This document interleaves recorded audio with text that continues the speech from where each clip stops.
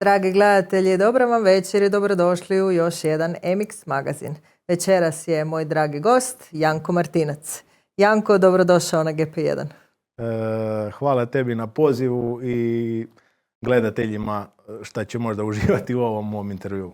Evo, mi nekako imamo praksu svake godine, bar jednom da mi dođeš kao gost komentator, da iskomentiramo jednu MXGP utrku, iako sam i prošle godine eskivirao, pa evo u međuvremenu imaš i dvoje djece, to nisi imao prošli put kad si bio, pa evo reci nam kako su dečki i kako to izgleda biti dvostruki tata. Pa je, naravno, malo je neki puta naporno s tim da još su mali, 1,5 i 4 mjeseca, ima ovaj drugi. Mislim više je naporno ženi nego meni, jer ipak odem na posao, ona je sa malim doma, s tim da ovaj već ide u vrtić, pa ajde, nam je i to malo tu, nam je dosta tu od pomoći, pa ajde, barem malo uspije se odmoriti. Koliko je trebalo dedi da kupi prvi motor? Do tog još nismo došli. Budete sigurno, do tog uopće još ne nismo došli, ali vidit ćemo. Za sada ga više interesira lopta. Ja velim, neka tako i ostane. Neka tako i ostane. I mama Antea bi sigurno bila sretnija da se zadrži s loptom umjesto s motorima. Pa vidit ćemo. Mislim, ako će to želiti, svakako ćemo mu to omogućiti, ali normalno, još su sad premali. Sad sigurno će biti nalaženja u raznim sportovima, ali velim, ja bi svakako htio da oba dva budu u nekom sportu.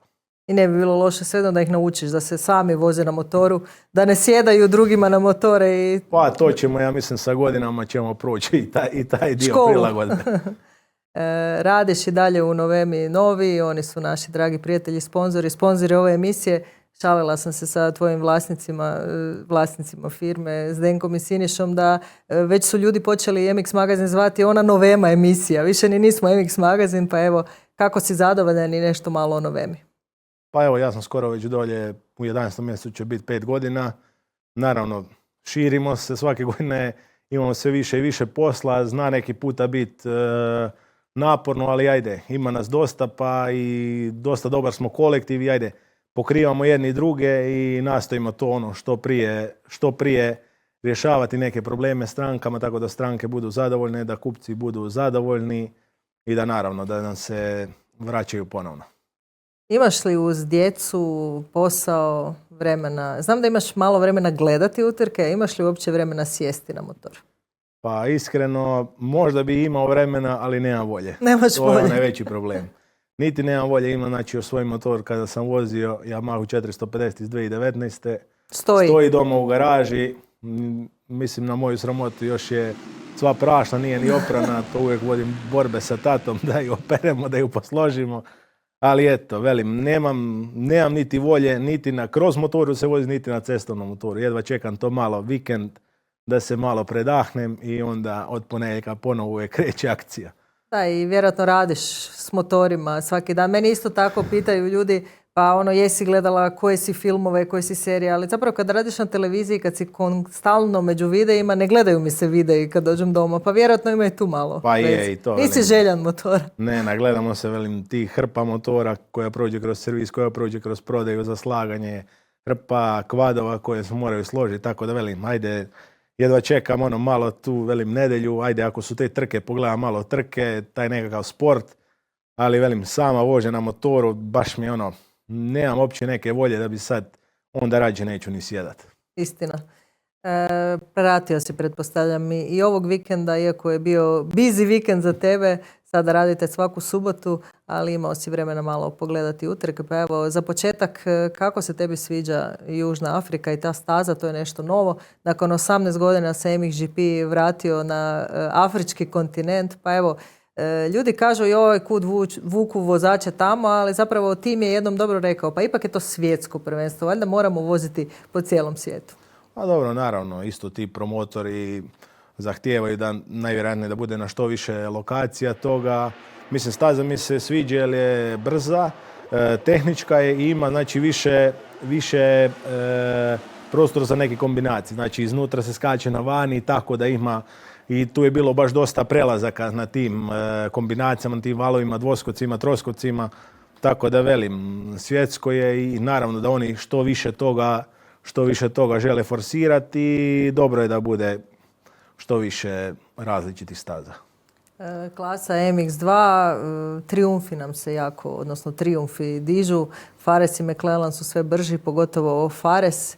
Već sam spomenula u prošloj emisiji, ljutio se na početku sezone jer kad su ljudi pitali tko će biti ove godine prvak u klasi MX2, svi su rekli, ja ne znamo hoće li biti Saša ili Simon. I onda je on rekao, pa valjda se nešto pita i nas i mi nešto imamo za reći, pa evo, pokazuju da kako ide sezona, raste njihova forma. Pa da, evo, on je sada dobio je oba dvije vožnje u Južnoj Africi i sada je došao, Saši je došao baš, približamo se, mislim da je nekih 14 bodova. Tako je. Makar, Saša je brz je, ali još malo, još nezreo. Znači u nekim situacijama dosta ima padova koji nisu uzrikovani nikakvim pritiscima i tu mislim da još onako, dosta tu gubi bodova na takvim nekim stvarima. Ok, kužim da normalno kada pogrešiš da hoćeš šta brže to ispraviti, ali mislim da će još morat malo sazoriti, ali velim, ja evo navijam za njega da bude prvak, makar sviđaju mi se i ovaj, ali mislim da će tu biti borba do kraja. I između Lengefeldera isto da će se još uključiti tu. Mislim, njih trojicu vidim tako negdje u vrhu, ovi još mislim da još nisu baš. Da, Simon je onako krenuo kao veliki favorit, naravno aktualni prvak MX2, uvijek su oči uprte u prvaka. Krenuo je dosta dobro u sezonu, imao je tu crvenu tablicu i onda je sad zadnjih nekoliko utrka imao nagli pad. Je li to bio pad forme, je li on bio ozlijeđen, bolestan? On je isto onaj tip vozača koji nije da kuka i objašnjava joj nije mi bilo dobro, nego vozi, šuti, radi, ali evo vidjeli smo sada u Južnoj Africi da se i njemu forma vraća. Pa da, mislim, njih 5 će tu biti, mislim da će se izmjenjivati. Malo mi je tu, Everec mi malo još mi nekako onako, malo sam razočaran sa njim, već godinama je u tom, ali nikako da bude, znači u samom nekom vrhu da spoji par dobrih vožnji, da bude recimo pobjednik ukupnih trka, 1, 2, 3. Znači oni mi je tu još malo, onako, nekako mi je najveće razočarenje on praktički ove sezone MX2. Slažem se, da. Puno su očekivali od njega. Izašao iz one prošle sezone, iz one teške ozljede kralježnice i svi su nekako očekivali da ovo je njegova sezona. Znali su znali su. Mislili su svi. Uostalom kad ti piše Everts na leđima nekakav si favorit i svi puno očekuju hoćeš, nećeš. Ali već je poznao motor, već je poznao klasu i sve i svi su očekivali da je on taj koji će se dignuti. Gdje ti vidiš zapravo Everca? Jel ti misliš da on može puno više ili da je on nekakav vozač koji je otprilike dosegao svoj maksimum? Pa dobro, mislim sigurno je njemu teško vreme da nosi zbog svega toga, zbog dede, zbog tate koji su bili svjetski prvaci i sigurno da on želi isto na taj jedan način osvojiti jednu titulu. Ja mislim da možda on nije dao sve, mislim nadam se da nije dao sve, da nije ovo njegov maksimum. I da, mislim, želimo ga sigurno svi gledati da bude na pobjedničkim postoljima i da naravno jednog dana bude svjetski prvak, ako će to biti naravno moguće. Da, zapravo dogovorila sam se sa Stefanom Evertsom da kada smo imali zajednički intervju je Stefan predložio da idući intervju snimamo kada Liam postane svjetski prvak. Pa evo, o tome ovisi hoćemo li opet imati intervju sa Stefanom. Znači, njegov tata, desetostruki svjetski prvak, ti ga pamtiš. Nisi baš tako mlad da se ne sjećaš vožnji Stefana Evertsa, pa evo, on je legenda i najtrofejniji vozač u ovom sportu. Pa naravno, normalno, i uvijek smo čekali kupove nacija, kada će se, znači, on sukobiti sa Carmichaelom i to, kada će se vidjeti, znači, svjetsko prvenstvo u odnosu na Ameriku i onda kasnije, naravno, borbe imao sa Cairolijem i svi to pamtimo, velim, kao što si rekla, nisam baš toliko mlad, tako da sjećam se tih nekih dečki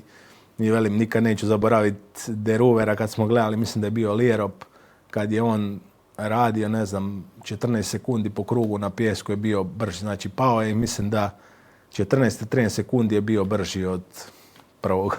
Da, evo sad, bila sam na utrci u Montevarkiju i sa De Ruverom se baš pričala, jer Mark sad u zadnje vrijeme malo radi sa timom, kao, ajmo reći, trener, pomaže mu malo na utrkama, zapravo gleda nekakve njegove putanje i sve, onda posavjetuju se nakon utrka i tako i radi s njim u pijesku, a ne znam je li ima puno boljih ljudi za raditi u pijesku nego s De Ruverom. Pa teško, znači on je tada, tada kad smo gledali tu trku, to je baš bilo ne znam, ovi kao da su stajali, on je prolazio pored njih, ko da ovi stoje. Naravno, pjesak je to specifično.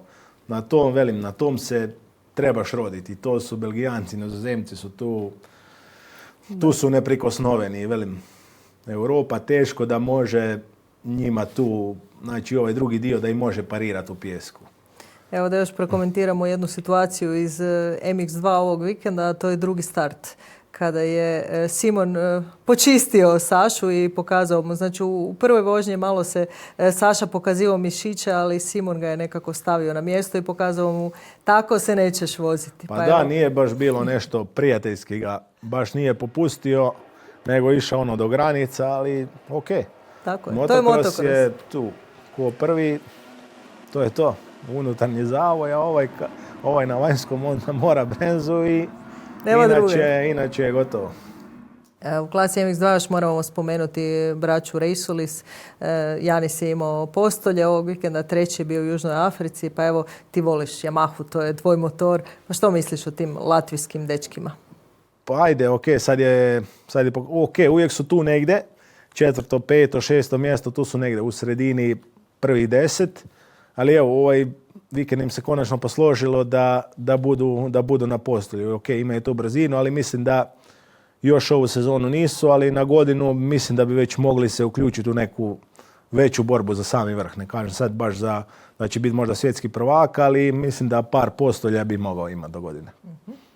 Klasa, MXGP, Lukas Kenan. Lukas je kada on u zadnje vrijeme vozi, to izgleda kako se kaže walk in the park. Dođe prvi na kvalifikacijama, prvi.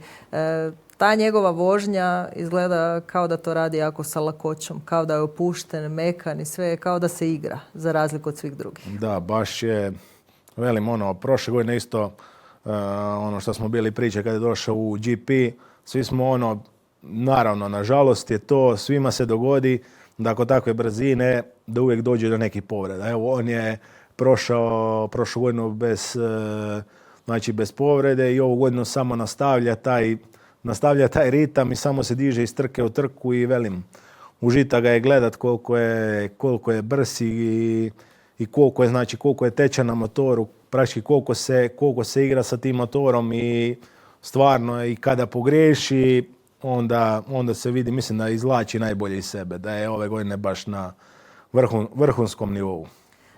Brat Saša i on su blizanci, evo 9.11. će imati 20 godina, jako su mladi i u principu jednako su stari, ali čini mi se da je Lukas zreliji vozač od Saša. Pa je, mislim da napravio je praktički jednu stepenicu više, on isto je bio dosta griješio, ono MX2 isto ga nije bilo na nekom, uopće ne znam je li ima praktički neku pobjedu ukupnu, ali kada je došao u GP, znači krenuo je skroz drukčije, nema nekih, zna se njemu to dogodi da ima neku onako pad bezvezni, ali puno je to manje sveo na to nego što radi brat njegov. Tako da velim, nadam se da će ostati zdrav i samo je pitanje, ali to se isto nadam da neće tako skoro otići u Ameriku. Da, najvjerojatnije hoće već iduće godine, ali doći ćemo i do toga. Drugo mjesto u Južnoj Africi, Jeffrey Herlings, vozač kojeg ti voliš, a ja ne volim. Ali evo, došao si ti na svoje. Jeffrey Herlings je odličan ove sezone i to na Hondi. Jesi li ikad mislio da ćeš to vidjeti? Pa nisam se nadao tome. Velim, voli li ga ili ne voli, moramo priznati da kad je on stvarno spreman, ima ga posvuda, ali je onda i brz.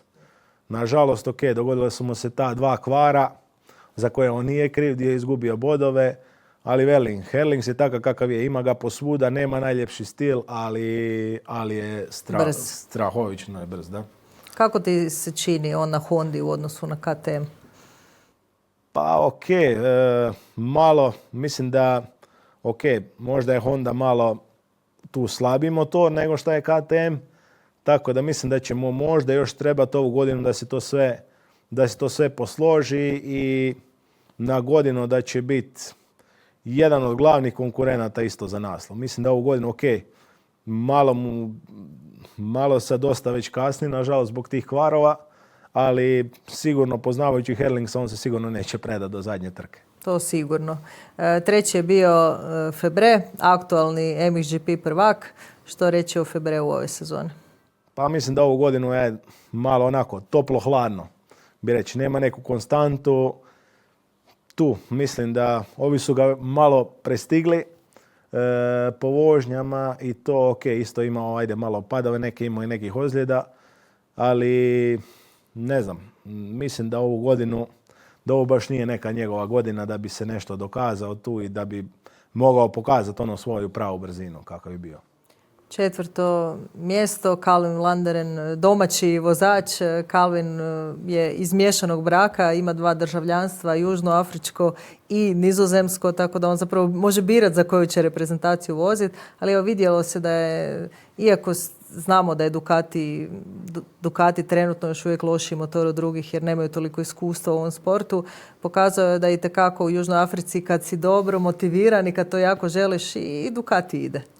Pa mislim da Ducati, ok, još treba taj neki razvojni put proći, ali mislim da oni kroz 2-3 godine da će oni biti veliki zalogaj za ostale. Samo kažem, ako će imati neku, naravno, vozačku postavu koja će biti top, da će onda ih teško, ok, nikad se tu ne zna, znači ima padova, ima odustajanja i to sve, ali mislim da će oni sigurno složiti motor da bude konkurentan, ali velim, samo moraju još naći top vozače koji bi to mogli ostvariti. 5. mjesto, Tim Gajser.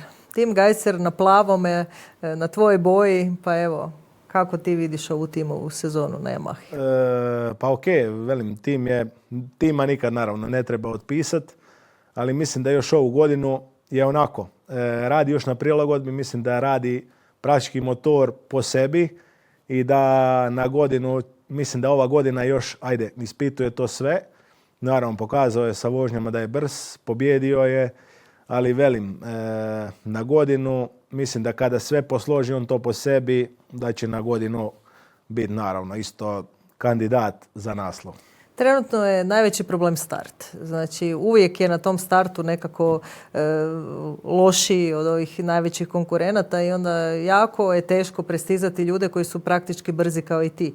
A oni su stvarno top 5 vozača u MXGP-u. Teško je prestići. Lako je kad si ti brži, ali kad ste vi podjednaki ili su to stotinke razlike, jako je teško, pogotovo na nekim našim stazama. Pa evo, kako da riješimo problem sa startom, Janko? Dobro, to je, velim, start je specifičan. To su stotinke sekunde kada ćeš ti krenut i velim, evo, Koneni odlično su utrenirali taj start, znači skoro svaku trku imaju whole shotove i normalno da je onda ti se puno lakše voziti kada si ti naprijed, kad nemaš nikog ispred sebe i to. Ovako kad ti startaš 7., 8., 9. dok ti dođeš do naprijed Kenan je u cilju već. Da, ma ne, nego izgubiš snagu i drukčije. Normalno da se drukčije voziti. Svi su, kao što ti kažeš, svi su isto brzi i onda je tu teško preći, pogotovo na nekim stazama koje su zatvorenije. Nemaš puno opcija i, velim, onda je problem. U kvalifikacijama u subotu prvi je bio Lukas, drugi Febre, što nije neočekivano, ali 3. i 4. mjesto Jonas i Vial. Evo, to su 2 imena. Očekivali su se mnogi vozači iznad njih, pa evo, Jonas je imao odličnu vožnju u subotu. Isto tako i Vial, pa Vial je nekako krenuo jako dobro u Argentini, krenuo je dobro u sezonu, onda neka ozljeda, pa sve i nekako isto, kako si rekao za Febrea, toplo-hladno. Da, Vial mi je, mogu reći, nekako najveće razočaranje. Puno sam očekivao od njega, došao iz Amerike, ja mislim da su i u Hondi puno očekivali od njega da će biti tu u vrhu, ali nažalost, velim, kao da se još malo traži kroz cijelu sezonu. Sad isto, naravno, promijenio je motor i tu sigurno da ima puno faktora. I kubikažu, naravno, i s tim da najvjerojatnije i njemu ovo praktički sezona prilagodbe, da si to sve posloži i ako naravno bude bez ozljeda, da na godinu će isto biti opasan. Lukas 566 bodova, Herlings 68 iza. to je jako puno, a može biti jako malo ako se dogode neke nule. Onda iza njih Febre kasni 123 boda za Lukasom, a tim čak 162. Teško da je to nadoknadivo, ali vidiš li da će se nešto tuto promijeniti ili misliš da će to otprilike raspored ove sezone na kraju biti ovakav, naravno ako ne bude ozljeda? Pa mislim da za prvu dvojicu, za Herlingsa i Konena, mislim da bi tak moglo ostati. Mislim, ja se nadam da će Konen na kraju biti prvak, jer po svemu viđenom ove godine je to i zaslužio. Mislim ajde, da si ti rekao da ne mora Herlings biti prvak, sretla sam da se to dogodilo. Ne, da ove godine još Herlings da neće biti. Ok, ima te nule i to mu fali naravno. I to je sad opet velik zaostatak, praktički to su 3 vožnje koje bi trebao imati nulu da bi ga prestigao. A mislim da Febre neće ostati reći da će ga tim skinuti. A čisto sumnjam da će baš tim uspjeti oba dvojicu naprijed prestići. Teško, jako je tu puno bodova. Da. Ono što bih htjela još prokomentirati s tobom su ove šuškanja i glasine o promjenama za iduću sezonu. Pa evo, tako se zna da Febre ne želi ostati u Kawasakiju iduće godine, to više nije tajna, ali postoje 2 opcije. Jedna opcija je da bi Triumph ušao sa 450 motorom, pa da bi Febre bio jedan od vozača, a druga opcija je da on bude u Ducatiju. Evo, rekao si da Ducatiju fali jedan top vozač, pa evo, misliš li da je izgledno da gledamo Febrea u Ducatiju iduće godine? Pa, mislim da bi to bilo, po meni, da bi njemu to bio sigurno dobar potez. Jer, okay, financijski sigurno. Financijski sigurno, da, mislim da to Ducatiju nije problem. Ali mislim da bi njemu možda to bio izazov da sa Ducatijom da napravi nešto. Sigurno da je motor, što se tiče, mislim da agregata, da je tu snažan motor, a velim, sada još samo neke finese da oni porade na tome i ako će on doći u to, mislim da će oni kroz to, da će on si sigurno i posložiti motor više po sebi, da se radi na tome. I velim, ja bih htio da budu onako, jer ovo su sve bili praktički prosječni vozači. Ok, Sever nije praktički uspio napraviti ništa. Od kada je tišao iz Yamahe isto se tražio, pa kroz Kawasaki pa nije napravio ništa, pa kroz Ducati pa nije napravio ništa. I velim, sad na pol sezone su prekinuli taj ugovor, tako da velim, na godinu, ok, Triumph će isto sigurno biti opasan, ali sad samo pitanje je koja će biti vozačka postava tu. Znači, šuška se da će Febre ili u Ducati ili u Triumph, a ukoliko pređe u Triumph, njegov momčanski kolega kažu mogao bi biti Mikel Harup. Mi bi voljeli da se naš hrvatski zet vrati u Europu i da vozi 450 kod nas u MXGP-u. Pa naravno, zašto ne? Bio je solidan, bio je dobar u MX2, ok, sigurno rade i oni na razvoju tog motora i sigurno da će se i taj Triumph posložiti. Velim, kako su posložili ovaj MX2 motor, tako će posložiti 450 motor. Tako da, velim, tu sigurno ne sumnjam da će biti dobar. Znači, zaključili smo ako bude tako, Ducati ide na bolje što se tiče vozačke postave, a je li ova glasina da Keneni odlaze u Ameriku, a na Lukasovo mjesto dolazi Maxime Renault, je li to s konja na magarca ili... Pa ne znam, ok, Renault, isto nažalost imaju te ozljede. Sad se malo diže u formi, ali ok. Sa Yamahe na KTM-a isto će mu naravno trebati vremena, prilagodbe, drugčije sigurno motor, drugčiji razvoj snage.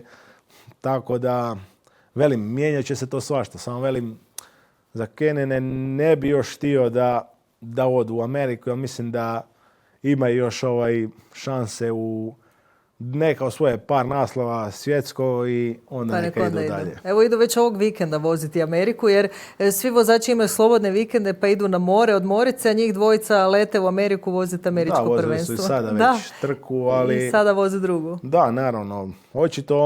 Očito žele ostati u što boljoj formi, da šta više trka imaju i da, naravno, da im se ne dogodi neki pad, nego da samo nastavljaju sa tim, jer naravno, očito se osjećaju spremni da to mogu sve izdržati. Samo da ne bude neke bezvezne povrede na trkama koje im praktički ne znači ništa, nego samo za neko iskustvo. De Wolf na Kawasaki, kažu iduće godine, umjesto Febrea. Pa ne znam, nisam baš neki optimista da će moći nešto više napraviti u Kawasaki. Mislim da možda bi bolje bilo da ostane na Husqvarni. Husqvarni, tako je. I još stvar koju moramo iskomentirati je da se Jeremy Seaver vraća u iduću utrku na Fox Hill u Engleskoj, ali na jednoj sasvim novoj boji. Možda još ne smijemo reći koje, to ću reći tebi poslije emisije. Pa evo, rekao si, Jeremy nije napravio ništa, ali Jeremy je 5 puta bio viceprvak svijeta. Bio je 3. prošle godine, tako da je ovo zbilja najlošija valjda sezona od kad vozi MXGP. Pa općenito kako se tebi Jeremy sviđa kao vozač? Pa sigurno da je odličan vozač, samo nekako nije se uopće ove snašao. Ok, sad ćemo vidjeti na kojoj boji će biti. Ok, neka nagađanja jesu, neke snimke smo viđali na internetu.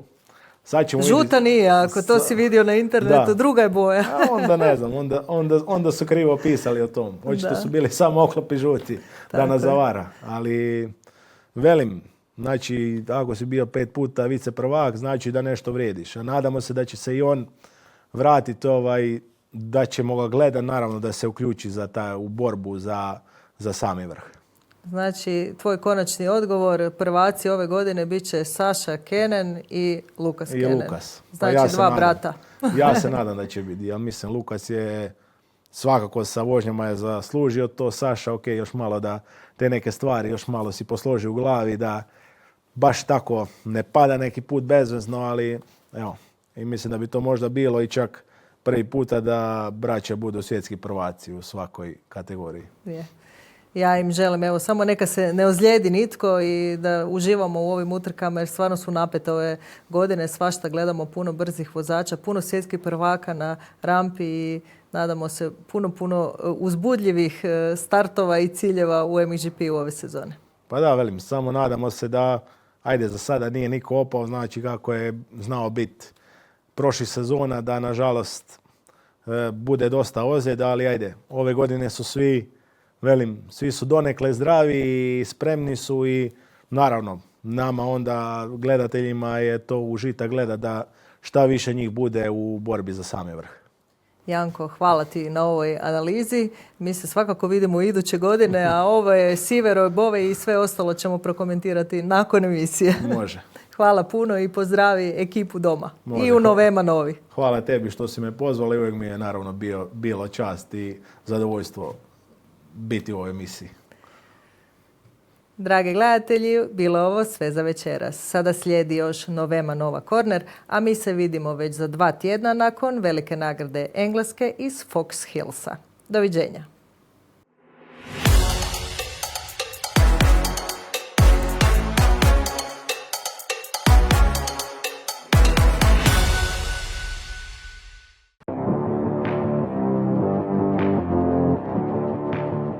Climb Carlsbad odlično pogađa ravnotežu između zaštite, udobnosti i slobode pokreta. Privlači vozače koji žele ozbiljnu adventure opremu, ali bez viška težine i glomaznosti. Na cesti ostavlja dojam lakoće i funkcionalnosti, a istovremeno pruža sigurnost i pouzdanost koje su važne na dužim rutama i u zahtjevnijim uvjetima. Upravo zato mnogima djeluje kao vrlo promišljen izbor za razne tipove vožnje. Carlsbad se lako uklapa u aktivan motociklistički stil i daje vozaču ono najvažnije, osjećaj da je spreman za svaki sljedeći kilometar.